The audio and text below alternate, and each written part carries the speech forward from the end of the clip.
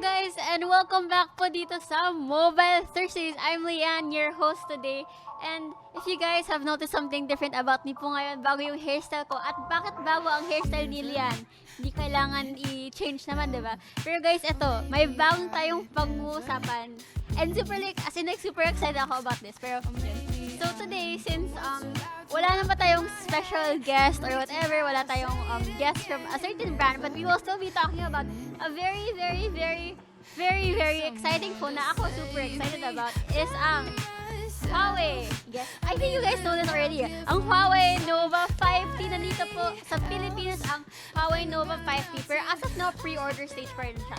So, here it is guys, ang Huawei Nova 5T box. Unit that we have today, ang color niya ay ang crush blue. Which is ang nakikita nyo dito. So, crush blue siya. And I don't know if you can see it properly, pero in real life siya, parang siyang 3D na hindi mo magets. Pero ang cool niya tingnan. And it's very different compared sa mga past na Nova series ni Huawei. Okay? So, the Huawei Nova 5T has 3 colors, which is crush blue, midsummer purple, and the black one. I'm not sure exactly ano yung name niya, pero in real life, all of them have the same parang the 3D holographic effect. Anyways, aside from that, other cool things about this phone, it has a 6.26 IPS LCD display. So, what does that mean?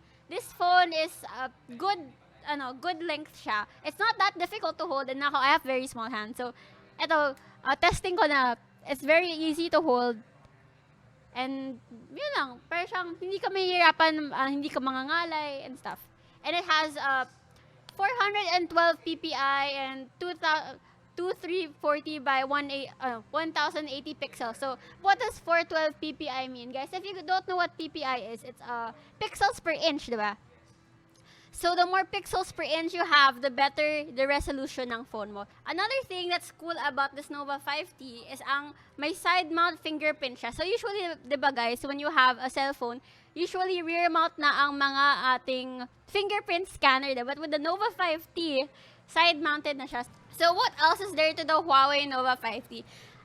Guys, personally ako kasi, I used to use a Huawei Nova 3i. And ako, sobrang sayang-saya na ako. Like, super saya na ako sa aking dating Huawei Nova 3i. Pero kay Nova 5, guys, may 16 megapixel super wide camera. So, super wide, what does that mean? I think very obvious naman yung meaning ng when you take pictures, super malawak na ang sakop ng iyong camera. It has a 48 megapixel main camera, which is sobrang malaki na. I don't know what you guys, I mean for me personally, 48 megapixel, medyo super kita na yung pores ko. Pero for you guys who like taking high quality photos, guys, with your phone, if you guys like to upload on sa Instagram, if you like to upload sa Facebook, I think eto na ang mga phones for you. Kasi now that we're getting new phones every single month. For me, 48 megapixels is more than enough to last you like maybe 2 years. Kasi with technology moving so fast. Oh. And nga guys, quad camera na po siya. So it has a 2 megapixel depth assist camera and 2 megapixel macro shot camera. And it has a 32 megapixel front selfie camera. But you guys might ask, saan po ang ating front camera? Kasi nawawala po siya. It's inside this very small hole. So ano ang mga camera features niya? For you as a consumer, what would you want in a camera, diba? So it has AI super night mode. Next one, wide angle photos. And like I said kanina, the Huawei Nova 5T, it's capable of giving you super wide angle shots. So what do I mean? Pag ikaw nasa classroom ka and you want to take a group photo ng iyong mga classmate, baka nasa dulo si crush mo and you want to take a picture of him, eto na, this is for you. So, let's say, in a usual phone kasi, when you take pictures, diba, parang hanggang dito lang yung frame niya. Pero with a wide angle photo feature ni Huawei Nova 5, super malawak na ang sakop ng iyong phone camera. So, yun. So, may ultra-wide angle lens kasi po siya. So, very broad ang makikita. So, let's say, pag chinichismisan ka ng mga friends or something, and you didn't know, pero ngayon with the Nova 5, nakikita mo na. Right? So, the Huawei Nova 5T, guys, has 8 gigabytes of RAM. It has 128 gigabytes of storage space. So, ang laki na ang RAM mo, malaki na pa yung memory mo. So, it gives you more space for your games, for your songs, and for sure, mabilis ang pagtakbo ng iyong phone. So, ito po ang very detailed specs niya. So, it runs on Android 9.0 Pie na EMUI 9.1. So, EMUI 9.1, guys, this is the one that has the photo recognition. So, when you take a photo, it can search it online. This is the one that can sync with your car, sync with your treadmill. Ito yun yung may GPU Turbo 3.0. The high silicon Kirin 987nm processor. Ito guys the high silicon Kirin 980 is one of the fastest processors that you can find on the market right now. It's so, meaning nito guys, ML hindi ka maglalag. Fortnite hindi ka maglalag. Any game that you can throw at it, you're not gonna lag. Kasi super high-end na po ang processor na ito. Okay, and it also has an octa-core, it's an octa-core phone. Ang ginagamit nitong octa-core na ito, meaning nito, mabilis po ang takbo ng phone mo. You won't have to worry about lag kasi kaya niya. It won't lag, it won't be slow, it won't give you problems. Yan yung meaning yan. And it has a Mali G76 MP10 GPU. Yan. And another good thing about the Huawei Nova 5T, it has 3,750 mega amperes of battery. So what does that mean for you? Milliamperes. Sorry guys. So it has 3,750 mAh. mAh lang para hindi masyado mahaba, diba? And it has a supercharge system, so you can charge your phone to 50% in just 30 minutes, guys. So don't worry na if sobrang lobat ka na talaga, charge ka lang and then biglang 50 minutes you won't even be able to realize it, no? Kasi one game of ML is like 30 minutes na rin. So aside from the Huawei Nova 5, may isa pang very, very, very exciting na pre-order kami dito sa PC Express ngayon. Ano kaya to? Ito po ang Vivo S1, diba? Mabubuksan ko na so you guys can see. Yan, okay. So, ito po ang Vivo S1 unboxing. Ito, live na live ang unboxing na to, guys. So, bubuksan ko lang siya. Ito po ang ating Vivo S1. Ay, ang ganda niya, actually. I'll show you guys, don't worry, ito. So, ito po ang likod ng Vivo S1. So, parang siya may diamond na pattern. So, it's blue and it's like black at the same time.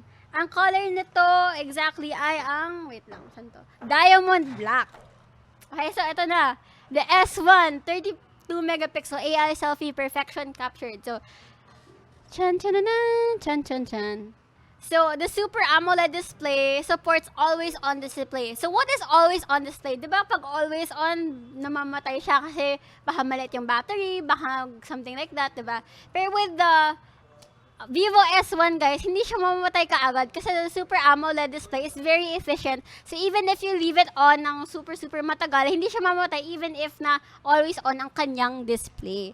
So, aside from that, if you can notice, guys, wala po siyang fingerprint sensor. And you might ask, Lian, bakit wala siyang fingerprint sensor? Ang KJ naman, diba? Kasi, diba, I know a lot of people want fingerprint sensors para hindi na sila magsaswipe up, mag-enter ng password.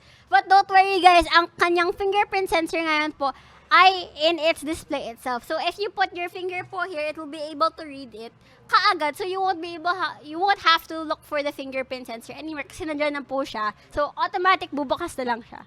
So, aside from that, ang Vivo S1 has 32 megapixels, diba? And it has Ultra HD resolution. So, you can take selfies na super duper high quality na very clear siya, very precise yung details niya.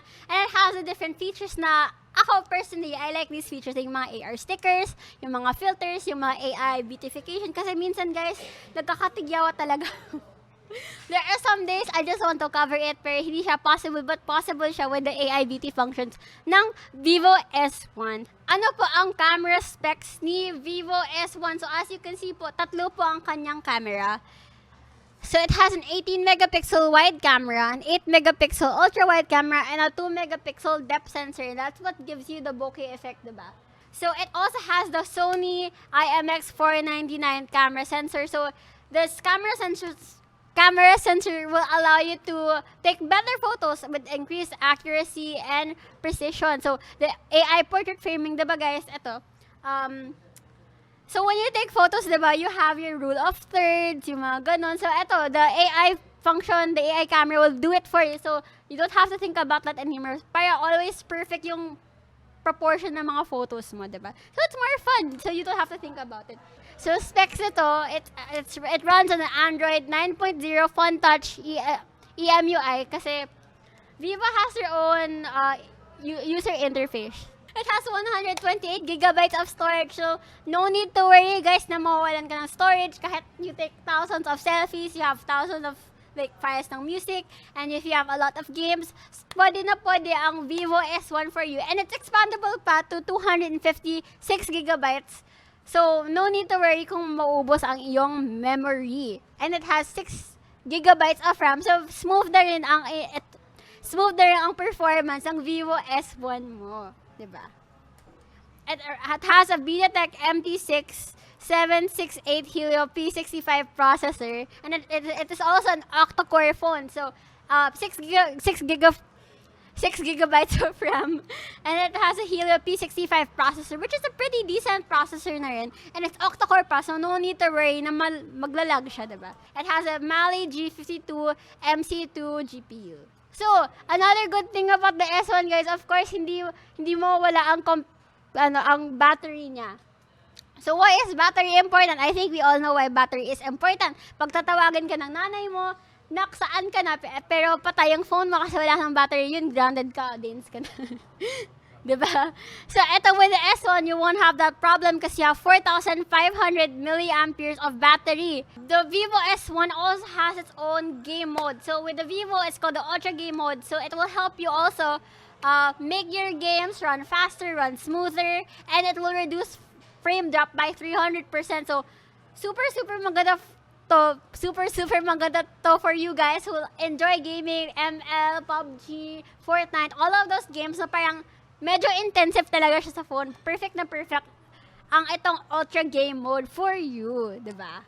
Now that I have told you about these new launches po today, I hope you consider purchasing them po. Kasi ako, if I had the money right now, bibili talaga ako. Pero as of now, wala pa rin ako. So, if you guys are already planning to buy a new phone, this is the time for you to buy a new phone. Kasi ang ganda-ganda talaga ng mga bagong releases ni Huawei as well as ni Vivo ngayon.